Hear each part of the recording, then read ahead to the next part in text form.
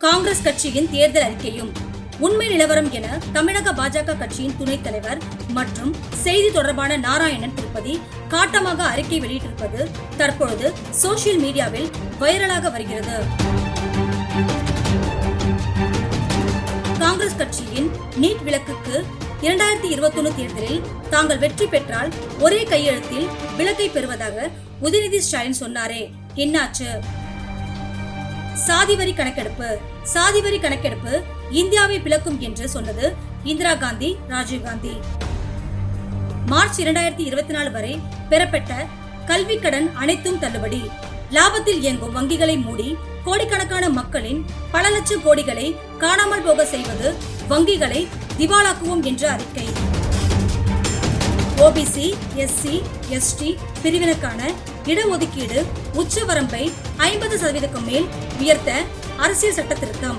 உச்சநீதிமன்றம் முடியாது என்று சொன்னதை செய்வோம் என்று சொல்லும் சட்ட விதி மீறல் செய்து முடியாது என்று தெரிந்தும் மக்களை முட்டாளாக எண்ணி வெளிப்பட்டு இருக்கும் அறிக்கை.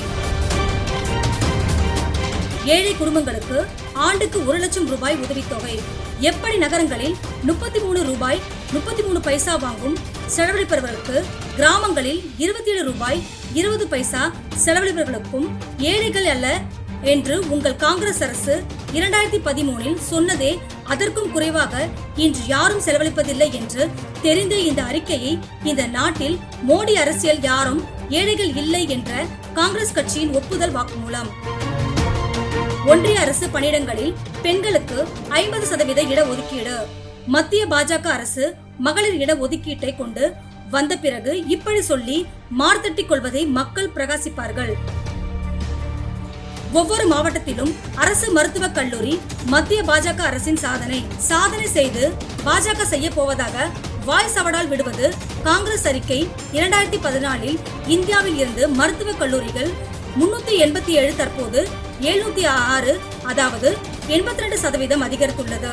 மேலும் 2014 ஆண்டுக்கு முன்பு 51,347 இருந்து MBBS இடங்களில் எண்ணிக்கை தற்போது 112% அதிகரித்து 1,08,940 2014 ஆண்டுக்கு முன்பு 31,185 இருந்த முதுநிலை மருத்துவ இடங்களில் எண்ணிக்கை தற்போது 70,645 127% அதிகரித்துள்ளது.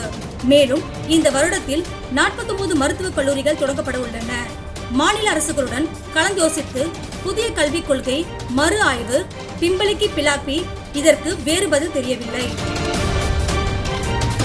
MS சுவாமிநாதன் குழு பரிந்துரைத்தபடி உழவர்களுக்கு குறைந்தபட்ச ஆதரவு விலை காங்கிரஸ் அரசு இருந்தபோது 2006 அளிக்கப்பட்ட சுவாமிநாதன் குழு அறிக்கையை கிடப்பில் போட்டு 8 வருடங்கள் குரட்டை விட்டு தூங்கிவிட்டு தற்போது அறிக்கை விடுவது கோமாளித்தனம்.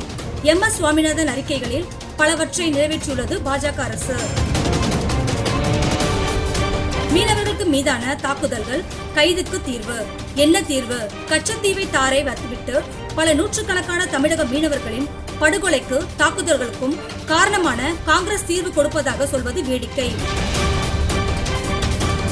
MGN ரேகா திட்ட ஊதியம் நாளொன்றுக்கு 400 ரூபாயாக உயர்வு. கபில்தேவ், ரஜினிகாந்த் போன்றவர்களுக்கு போலியாக இந்த திட்டத்தில் சம்பளம் கொடுத்து பல ஆயிரம் கோடிகளை கொள்ளையடித்தது போதாது என்று மேலும் கொள்ளையடிக்க திட்டம் போடும் கூட்டத்தின் அறிக்கை. தற்போது இந்த திட்டத்தில் 2014 விட 100% அதிக நிதி ஒதுக்கப்பட்டு நேரடியாக பயனாளிகளின் கணக்கில் செலுத்தப்படுகிறது. ஒரே நாடு ஒரே தேர்தல் முறை கைவிடப்படும். மொழி ரீதியாக, மத ரீதியாக, ஜாதி ரீதியாக மக்களை பிளவுபடுத்தி ஓட்டுக்காக, அது தரும் பதவிக்காக, சுகத்துக்காக, ஊழல் பணத்திற்காக நாட்டை பிளவுபடுத்தும் நடவடிக்கையை தொடர்வோம் என்பதே இதன் பொருள். தற்போதுள்ள GST முறை கைவிடப்பட்டு புதிய GST 2.0 முறை அறிமுகமாகும். நேர்மையாக தொழில் செய்வது தடுக்கப்படும். கணக்கில் வராத கருப்பு பண புழக்கம் மீண்டும் தொடர்வதற்கு வழிவகுக்கப்படும் என்று பாதுகாவலர்களுக்கு, சட்டவிரோத தொழில் செய்பவர்களுக்கும் தூண்டில் போட்டு கொள்ளையடிக்க திட்டமிடும் கூட்டத்தின் வெற்றி அறிக்கை. ஒத்திசைவு பட்டியலுக்கு மாற்றப்பட்ட பல துறைகள் மீண்டும் மாநில பட்டியலுக்கு மாற்றம். மாநில பட்டியலில் இருந்து துறைகளை ஒத்திசைவு பட்டியலுக்கு மாற்றியதே காங்கிரஸ் கட்சியின் ஆட்சியில் தான். பாஜக ஆட்சியில்தான் அதிக உரிமைகள், சுதந்திரம் மாநில அரசுகளுக்கு வழங்கப்பட்டுள்ளன. அதை பறிப்பதற்கான திட்டம் மக்கள் நல பணிகளை முடக்கும் அறிக்கை. புதுச்சேரிக்கு மாநில தகுதி, ஜம்மு காஷ்மீருக்கு மீண்டும் மாநில தகுதி. சிந்துபாத் கதை போன்று பல ஆண்டுகளாக புதுச்சேரிக்கு மாநில தகுதி கொடுப்பதாக ஏமாற்றிய காங்கிரஸ் கட்சியின் மீண்டும் ஏமாற்றும் படலம் ஜம்மு காஷ்மீரில் அமைதி திரும்புவதை விரும்பாமல் பயங்கரவாதத்தை எதிர்பார்க்கும் கோர அரசியல் அறிக்கை. அக்னிபாத் திட்டம் ரத்து. இளைஞர்களின் தேசப்பற்றை, எதிர்காலத்தை, பொருளாதார முன்னேற்றத்தை சிதைக்கும் அடுத்து தலைமுறையின் வளர்ச்சியை நாசமாக்கும் எண்ணம் கொண்ட அபாய அறிவிப்பு.